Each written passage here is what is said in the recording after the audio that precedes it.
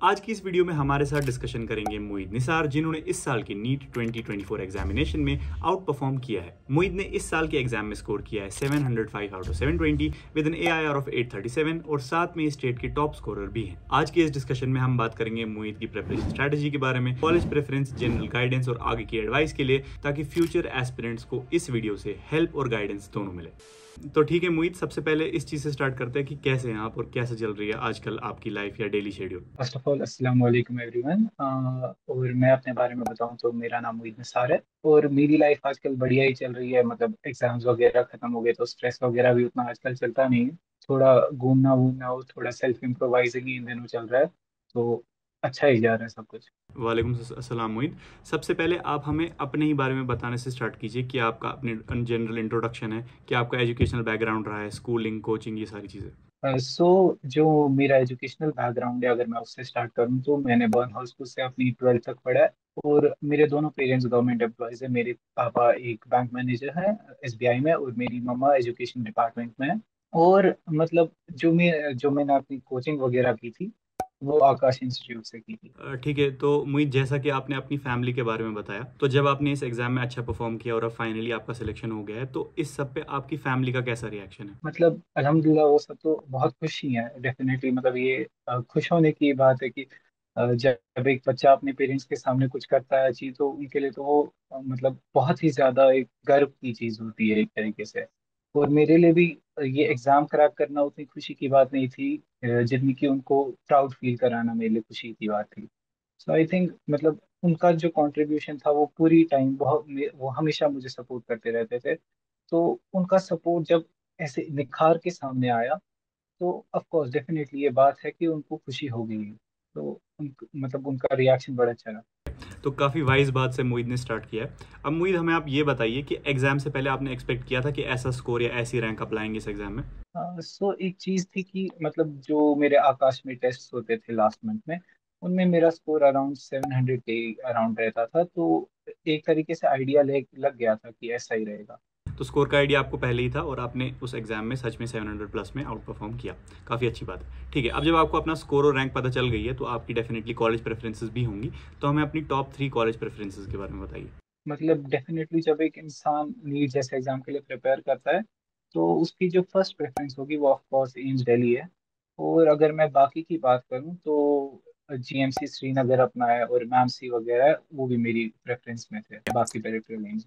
ठीक है, अब जब आप किसी इनमें से किसी कॉलेज में चले जाएंगे, तो उसके बाद अपने फ्यूचर का क्या प्लान से देखा है कि लेट्स से आफ्टर 10 ईयर्स आप अपने आप को कहाँ इमेजिन करते हैं?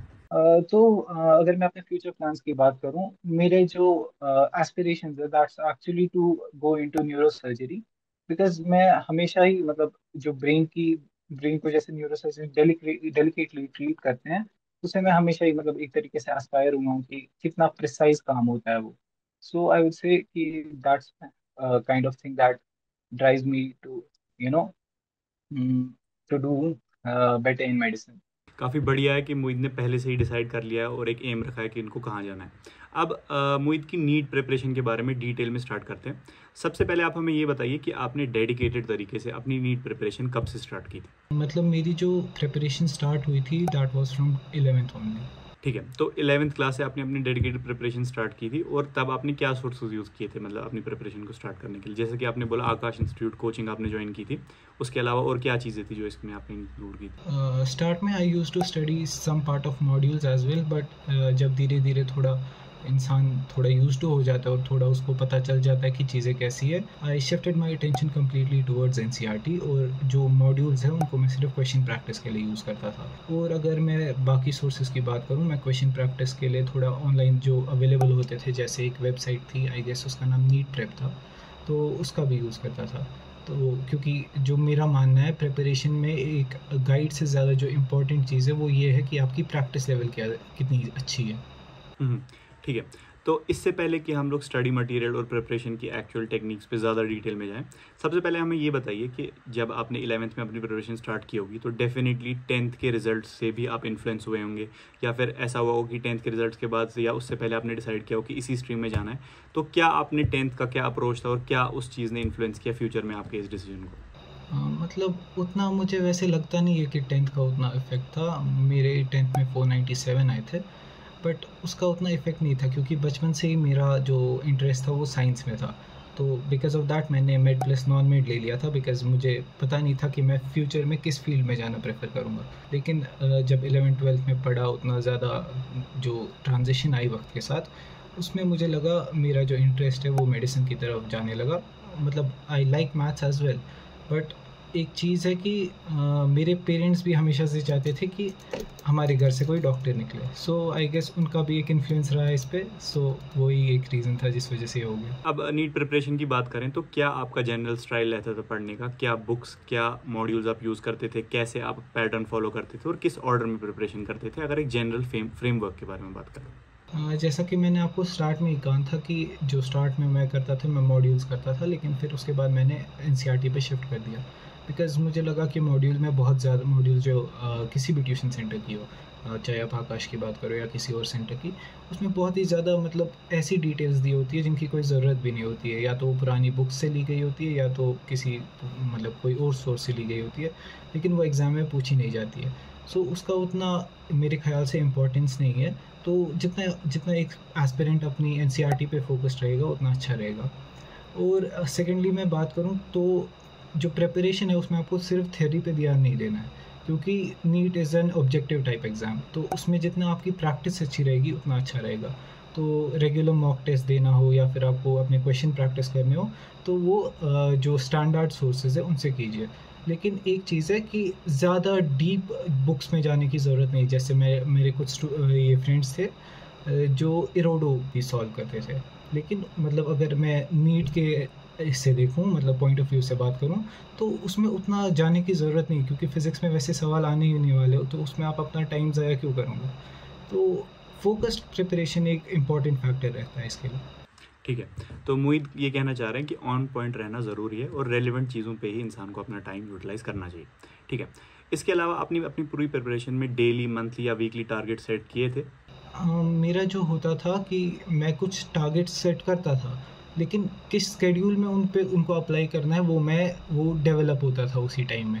मतलब फॉर एग्ज़ाम्पल अगर मैं कहूँगा कि मैं आज के दिन 3 चैप्टर्स करूँगा, अब किस ऑर्डर में मैं वो करूँगा वो मैं पहले से ही सेट करके नहीं रखता था। मैं सुबह उठता था, कोई एक उठाता था, फिर जैसे जैसे टाइम पास होता था मैं उसी हिसाब से उसको ये करता था, फॉलो करता था।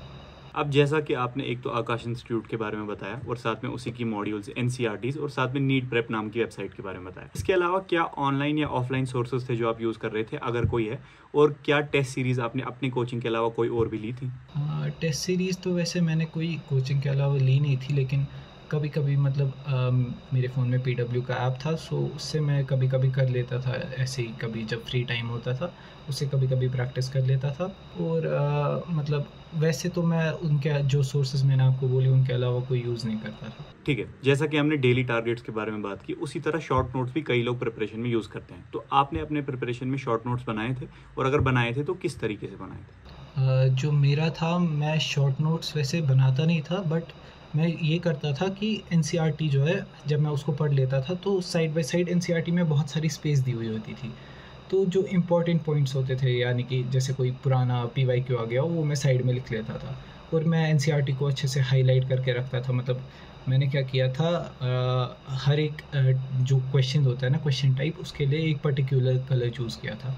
मतलब फॉर एग्जांपल इस लाइन से असर्शन रीज़न बन सकता है, तो मैं उसको ऑरेंज कलर के हाईलाइटर से हाईलाइट करता था। अगर कोई और टाइप का क्वेश्चन बन सकता था तो उसको दूसरे टाइप के इससे हाईलाइटर से हाईलाइट करता था। तो उससे आइडिया लग जाता था जब हमें मतलब एंड पे जल्दी जल्दी रिवाइज करना होता है। तो जब मैं बुक को देखता था मुझे सीधे आइडिया लग जाता था कि इसमें से क्या पूछा जा सकता है और कैसे पूछा जा सकता है। सो वो एक क्विक रिवाइजिंग स्ट्रैटेजी हो जाती है। ठीक है, ये था शॉर्ट नोट्स के बारे में। अब अगर हम डिटेल्ड सब्जेक्ट वाइज अप्रोच के बारे में बात करें तो सबसे पहले आप हमें बताइए कि फ़िज़िक्स इन 2 साल की प्रिपरेशन में आपने कैसे टैकल किया और क्या ऑर्डर रहता था, क्या तरीका रहता था जब आप फिज़िक्स सब्जेक्ट को पढ़ते थे? तो जो मेरा फ़िज़िक्स में अप्रोच था वो ये था कि मैं स्टार्ट में थ्योरी पे पहले ध्यान देता था। जो भी थ्योरेटिकल स्टफ़ होता था पहले उसको अच्छे से क्लियर कर लेता था, फिर उसके बाद क्वेश्चन प्रैक्टिस कर लेता था डिफरेंट सोर्सेज से, चाहे वो आकाश की मॉड्यूल्स हो या फिर कोई ऑनलाइन वेबसाइट हो या DPPs वगैरह हो, तो वैसे वो हो जाता था। मतलब अगर इंसान थोड़ा फोकस्ड रहे अपनी प्रिपरेशन में, मतलब एक ऑर्डर में प्रिपेयर करे अपनी चीज़ों को, तो उतना इशू नहीं है फ़िज़िक्स। मतलब मैंने बहुत सारे स्टूडेंट्स को देखा है कि फ़िज़िक्स उनका एक वीक पॉइंट होता है, बट उनकी स्ट्रैटेजी में असल में ये फ़ॉल्ट होता है कि वो सीधे प्रैक्टिस में उतर जाते हैं सवालों को करने के लिए विदाउट क्लियरिंग द कॉन्सेप्ट्स, तो इस वजह से उनको थोड़ी प्रॉब्लम फेस करनी पड़ती है। ठीक है, अब ऐसे ही केमिस्ट्री सब्जेक्ट में सेम तरीके से क्या अप्रोच रहता था आपको? केमिस्ट्री तो मतलब वो एक ऐसा सब्जेक्ट है मतलब जिसमें फ़िज़िक्स के मुकाबले में थ्योरी का थोड़ा इम्पैक्ट ज़्यादा रहता है एज़ कम्पेयर टू न्यूमेरिकल। तो उसमें मैं क्या करता था, पहले तो सेम स्ट्रैटेजी थी वैसे उसमें भी कि पहले थ्योरी कंप्लीट कर लो, फिर क्वेश्चन प्रैक्टिस, फिर उसके बाद ये थोड़ा रिविजन। तो जो स्टार्ट में जब मैं 11th में था, तो हमारे जो फ़िज़िकल केमिस्ट्री के टीचर थे वो बड़ा अच्छा पढ़ाते थे, तो मैं ज़्यादा उन्हीं के नोट्स यूज़ करता था। बट फिर जब हम 12th में चढ़े तो मुझे लगा कि कुछ चीज़ें जो है जब टेस्ट्स वगैरह होने लगे तो उनका जो थोड़ा इम्पैक्ट था, मतलब वो जो फोकस था वो एनसीईआरटी की तरफ ज़्यादा जा रहा था। तो मुझे लगने लगा कि टीचर के नोट्स थोड़े बहुत डिविएट होते जा रहे हैं, जो मतलब जिस पॉइंट पे मुझे फोकस करने की ज़रूरत है उनसे थोड़ा वो डिविएट होते जा रहे हैं। तो मैंने उसमें भी फिर एनसीईआरटी की तरफ शिफ्ट करना स्टार्ट किया केमिस्ट्री की प्रिपरेशन में भी। और क्योंकि हमें जो 12th में था, हमें 11th और 12th दोनों के एग्ज़ाम्स हो रहे थे, तो उस वजह से मुझे दोनों क्लासेस का एनसीईआरटी अच्छे से हो गई थी। और मुझे लगा कि जब मैं नीट का पेपर भी दे रहा था तो उसमें एनसीईआरटी की कुछ डायरेक्ट स्टेटमेंट्स डाल दी जाती है। सो इस वजह से मुझे लगता है कि टेक्स्ट बुक को जितना आप इसमें दोगे, मतलब जितनी ज़्यादा प्रायोरिटी दोगे अपनी प्रिपरेशन में, उतना अच्छा रहेगा। ठीक है, अब क्योंकि हम टेक्स्ट बुक एनसीईआरटी की बात कर रहे हैं, तो पिछले काफ़ी टाइम से नया सिलेबस आ चुका है और अपडेटेड एनसीईआरटीज़ हैं। तो आपका क्या अप्रोच था? आप नई एनसीईआरटी यूज़ करते थे, ओल्ड यूज़ करते थे, या आपका कोई हाइब्रिड प्लान था इस चीज़ के रिलेटेड? मैंने जो मेरा इसमें अप्रोच था वो थोड़ा बहुत जैसा आपने कहा वो हाइब्रिड था, कि जो डिलीटेड चैप्टर्स थे एनसीईआरटी के वो मैं नहीं करता था, लेकिन जो डिलीटेड टॉपिक्स थे वो मैंने सारे कर दिए। जैसे जो ये था, जो हमारे टिश्यूज वाला चैप्टर था, स्ट्रक्चरल ऑर्गेनाइजेशन, उसमें जो सारे टिश्यूज थे एपिथेलियल और बाकी सब, उन सबको रिमूव कर दिया गया था। लेकिन मैंने वो सब पढ़ लिए थे, वो पहले ही पढ़ लिए थे, तो फिर भी मैं उनको रिवाइज करता रहता था, क्योंकि मुझे लगा था कि मतलब अगर चैप्टर रखा गया है जो एनटीए का सिलेबस है, तो मुझे नहीं लगा कि उसमें से जो डिलीटेड टॉपिक्स है उनको वैसे ही छोड़ देंगे। सो मैंने चैप्टर्स छोड़ दिए जो डिलीटेड थे, लेकिन टॉपिक्स में मैंने फोकस किया रखा। तो आपको क्या लगता है कि एग्ज़ाम में वैसा करने से आपको फ़ायदा आया या फिर उसकी ज़रूरत नहीं थी? हाँ, अगर मैं ऑनेस्टली बात करूँ तो हाँ, क्योंकि बहुत सारे ऐसे क्वेश्चंस भी थे जो डिलीटेड टॉपिक्स से आए थे, और बहुत सारे बच्चे फिर कह रहे थे कि इनको डिलीट वगैरह कर दो, लेकिन वैसा कुछ हुआ नहीं। तो मुझे लगा दैट वाज क्वाइट फ्रूटफुल। तो फ्यूचर एस्पिरेंट्स जो देख रहे हैं उनको आप एडवाइस करोगे कि नई एनसीईआरटीज़ ही यूज़ करनी है और नए चैप्टर्स ही पढ़ने हैं, जो डिलीटेड चैप्टर्स है वो नहीं पढ़ने हैं, लेकिन डिलीटेड टॉपिक्स जो प्रेजेंट चैप्टर्स है उनके पढ़ने चाहिए? यस। तो अब हमने फिजिक्स और केमिस्ट्री सब्जेक्ट के बारे में बात कर दी, अब बायोलॉजी सब्जेक्ट रह रहा है, तो बायोलॉजी सब्जेक्ट के बारे में आप डिटेल में बताइए। बायोलॉजी जो है मतलब वो तो ऑलमोस्ट पूरा ही, ऑलमोस्ट एंटायरली वो थ्योरी बेस्ड है। तो उसमें जितना इंसान एनसीईआरटी पे फोकस रहेगा उतना अच्छा रहेगा। और लेकिन जो सुप्रीम कोर्ट का ये आया है, मतलब अगर आप एससी की जो जब उसमें लास्ट हियरिंग जो थी नीट के बारे में, तो वो एटम्स वाला क्वेश्चन चेंज कर दिया गया था। तो उस हिसाब से हमें पता चलता है अगर कोई एनसीईआरटी का फैक्ट है जो कि एक्चुअल फैक्ट से थोड़ा अलग है, मतलब गलत है, तो उस केस में एक्चुअल फैक्ट को ही सही कंसिडर किया जाएगा। तो उस हिसाब से मैं कहूंगा, लेकिन अगर आप लोगों को लगता है कि कोई एनसीईआरटी कहीं ना कहीं डिविएट हो रही है, उस केस में जो फैक्चुअल चीज है उस पे रहो, लेकिन अगर बाकी सब चीजों के लिए एनसीईआरटी को ही फॉलो करो। तो आपने अपना पूरे नीट का सिलेबस कब कंप्लीट किया था और उसके बाद कितने रिविजन्स एग्जाम तक आपने कंप्लीट किए? मेरा नीट का syllabus I would say around December में कंप्लीट हुआ था। उसके बाद तो मतलब हमें समझ लीजिए कि almost every alternative day we had a test, तो उस वजह से हमें डेली मतलब रिवाइज करते रहना पड़ता था। और क्योंकि पहले पार्ट सिलेबस टेस्ट थे फिर कंप्लीट सिलेबस टेस्ट, तो उस वजह से हमें डेली डेली डेली कुछ ना कुछ पढ़ते रहना पड़ता था। तो ऑलमोस्ट समझ लीजिए एंटायरली मैं मतलब पूरे मंथ में रिवाइज ही करता रहता था, तो काउंट नहीं रहा एक तरीके से कितने रिविजन किए। तो दिसंबर तक जब आपने सिलेबस कंप्लीट किया, इस पूरे टाइम में कभी आपकी प्रिपरेशन में बैकलॉग्स बने थे, और अगर बने थे तो उनको कैसे क्लियर किया? मतलब जो बैकलॉग्स बनते थे मेरे वो बहुत रेयरली बनते थे, लेकिन जब बनते थे तो उसमें मेरी स्ट्रैटेजी ये रहती थी कि मैं दिन में एक डेडिकेटेड टाइम उन बैकलॉग्स को भी देता था। ऐसा नहीं करता था कि एंटायरली उन पे ही पूरा दिन स्पेंड कर दूं, और ऐसा भी नहीं करता था कि उनको करूँ ही ना। तो अराउंड मैं 1 to 2 आवर्स उन बैकलॉग्स पे स्पेंड करता था, और बाकी जो मेरा स्टडी टाइम था वो जो करंटली पढ़ रहे होते थे उस पे करता था। अपनी प्लस टू की स्कूलिंग आपने डमी स्कूल से की थी या फिर आप रेगुलर स्कूल जाते थे? मैं बर्नहॉल ही जाता था अपने रेगुलर स्कूल में। यहाँ एक और पॉइंट ऐड करने की ज़रूरत है कि मैं और मोहित सेम स्कूल में पढ़ते थे, बट मैं शायद 2 साल सीनियर हूँ मोहित से। तो स्कूल में तो मैं नहीं जानता था मोहित को, बट स्कूल सेम है। अगला क्वेश्चन, अब जैसे कि आप अपने प्लस टू के बारे में बात कर रहे थे, तो ट्वेल्थ क्लास में बोर्ड्स के लिए भी काफ़ी स्टूडेंट्स काफ़ी ज़्यादा फोकस करते हैं। आपको भी अपना बोर्ड सेम ईयर में ही देना पड़ा होगा, नीट से कुछ ही महीने पहले। तो आपने साइमल्टेनियसली दोनों कैसे मैनेज किए और कितना फोकस दोनों को देना चाहिए एक आइडियल स्टूडेंट को? मतलब अगर बोर्ड्स की मैं बात करूं तो नीट और बोर्ड्स का करिकुलम तो सेम ही है। मतलब आपको पढ़ने सेम चैप्टर्स है, सारी चीजें सेम ही करनी है। बस अब ये है कि जिस तरीके से वो कंडक्ट किए जाते हैं दैट्स क्वाइट डिफरेंट। कि बोर्ड्स जो है वो सब्जेक्टिव एग्जाम होता है और नीट ऑब्जेक्टिव एग्जाम होता है। तो अब उसमें क्या है ना, जितना आप अपनी प्रिपरेशन में फोकस्ड रहोगे ना, कि जो सब्जेक्ट्स है जितने अच्छे से उनको पढ़ोगे उतना आपका अच्छा रहेगा। कि अगर आप कॉन्सेप्ट क्लियर करोगे तो वो आपको दोनों बोर्ड्स में भी काम आएंगे और इसमें भी। क्योंकि बोर्ड्स में तो आपको बस कहानी लिखनी है, अगर आपके कॉन्सेप्ट क्लियर होंगे वो कहानी लिखने के लिए आपको बस इंग्लिश आनी चाहिए, उतना कुछ मतलब वो प्रॉब्लम है नहीं। तो उसके बारे में ज्यादा स्ट्रेस मेरे हिसाब से स्टूडेंट्स को लेना नहीं चाहिए, क्योंकि वो हो जाता है।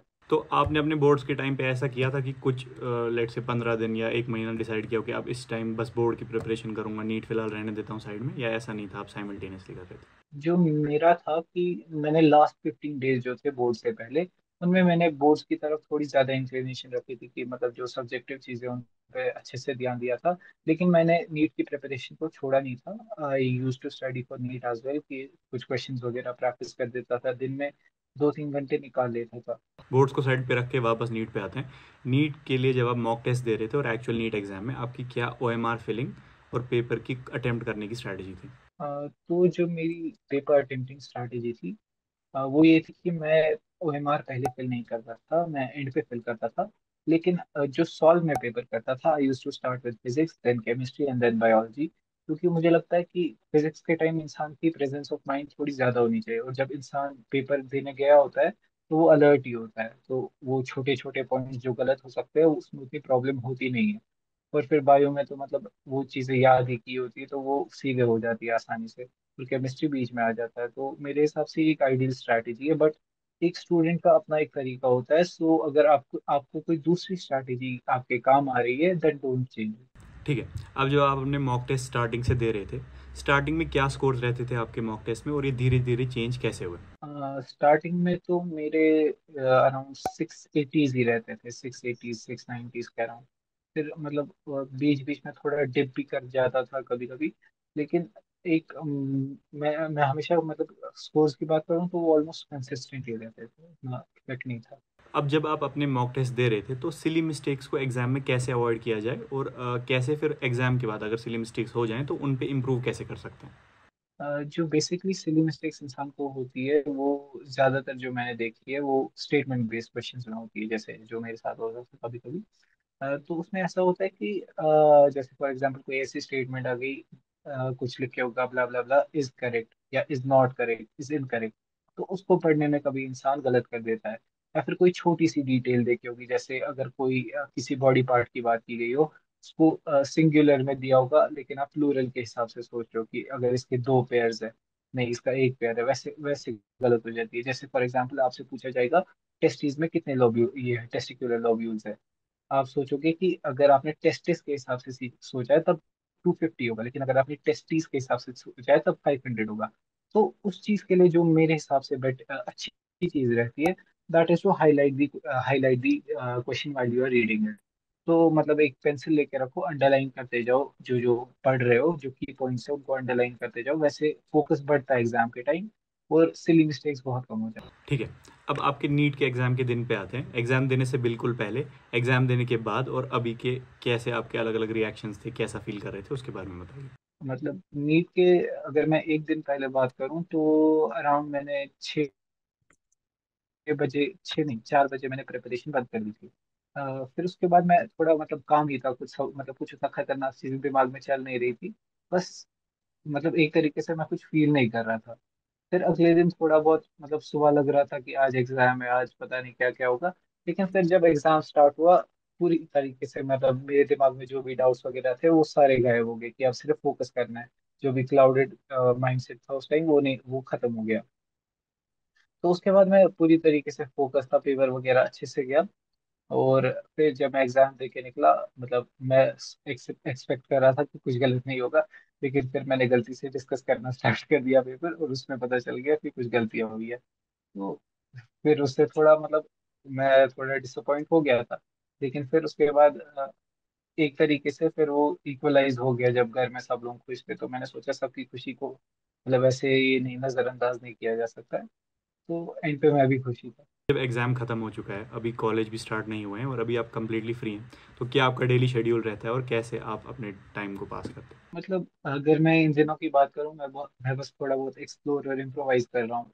जैसे अलग अलग जगह घूमने जा रहा हूँ, या फिर कोई बुक पढ़ रहा हूँ, मांगा देख पढ़ रहा हूँ, कोई एनिमे देख रहा हूँ, ऐसे ही मतलब उतना कुछ खास करने को होता नहीं है। थोड़ी बहुत अपस्किलिंग भी कर रहा हूँ, पाइथन वगैरह सीख ली।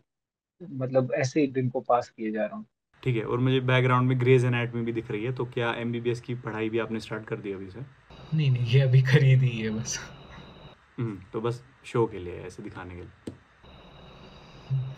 मेरे हिसाब से भी अभी नहीं करनी चाहिए स्टार्ट, क्योंकि एक बार कॉलेज स्टार्ट हो जाए तो फिर तो करनी ही है। तो अभी बेहतर है कि जो आप कह रहे हो बाकी चीज़ें एक्सप्लोर कर रहा हूँ और मज़े कर रहा हूँ, उन्हीं पे फोकस करना चाहिए, फैमिली के साथ टाइम बिताना चाहिए। क्योंकि मे बी हु नोज़ कि आप किसी और कॉलेज चले जाएँ तो मे बी घर से जाना पड़े, दूर हॉस्टल में रहना पड़े, या अगर ऐसा नहीं भी हुआ फिर भी आगे तो पढ़ना ही पड़ेगा। अभी का जो टाइम है उसे यूज़ करना चाहिए इन चीज़ों में। अब हम लोग एक rapid fire type round start करेंगे। मैं आपको क्वेश्चंस बोलूँगा और आपको आंसर करना है इन वन सेंटेंस और लेस। ठीक है, पहला question, one person that has motivated you the most in your preparation. That would be my mother. Most important advice for future aspirants. I had heard this proverb once. You don't get to choose your rewards, but you do get to choose your risks. So choose them wisely. एक side hobby जो आपकी पूरी preparation में थी। Reading manga and watching anime. Role of your institute in your NEET success. I guess mock tests help me a lot. Importance of PYQs। They are very much important. Subject wise difficulty ranking of NEET 2024 exam. They were almost on the same level. I guess botany was on a rather longer side, but I guess they were almost on the same level. Okay, मुझे लगता है हमने अपनी and से aspirants को जिस भी चीज़ में हेल्प हो सकती है उस रिलेटेड सारे क्वेश्चंस पूछ लिए हैं। अब आप अपनी मर्जी से जिस तरीके से इस डिस्कशन को कंक्लूड करना चाहें आप कर सकते हैं। So अगर मुझे कुछ एंड पे एडवाइस देनी हो तो मैं वो दूंगा कि जो बच्चे हैं वो ज्यादातर इस चीज का वेट करते हैं कि उनको जिंदगी में किसी टाइप की मोटिवेशन मिल जाए कुछ भी स्टार्ट करने के लिए। लेकिन it doesn't matter how motivated you are to do something, but how dedicated you are to do it. So stay focused on your goals, and inshallah everything will be all right. ठीक है Mohit, thank you for giving us your time. हम hope करते हैं कि aspirants को आपकी advice से काफ़ी ज़्यादा हेल्प मिले, और हम आपको कॉन्ग्रेचुलेट करते हैं आपके रिजल्ट के लिए, and best of luck for your future. Thank you for having me. What just happened?